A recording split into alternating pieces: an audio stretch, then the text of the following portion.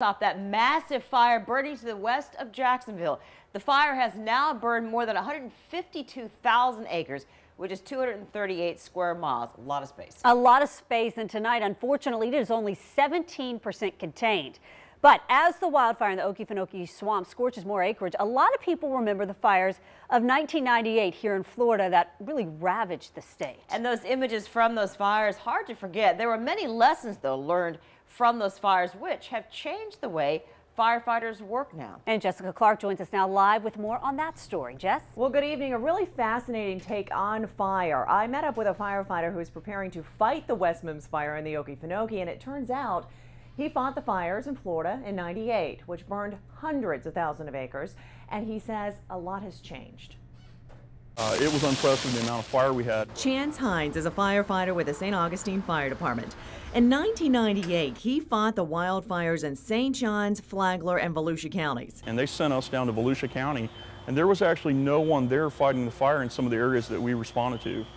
They were just overwhelmed. According to the U.S. Fire Administration, 500,000 acres burned in May through July of 1998 in eastern Florida. That's about the size of St. Johns County. There were 2,000 different fires. 150 buildings burned. At the time, the federal government said the total response to the '98 Florida fires, quote, may be the largest ever assembled in the United States. A lot has changed since then. Hines says there's more training for the firefighters who typically fight house fires now. The state actually has mandated that every structural firefighter now goes through wildland training. And the communication systems have improved among all the different responding agencies and departments. We're all in the same channels where we can communicate. So they all know where the fire is, where it's going, who's where, and what equipment is available. Hines also says the population boom in Florida and in St. Johns County specifically demands they plan how to fight fires in areas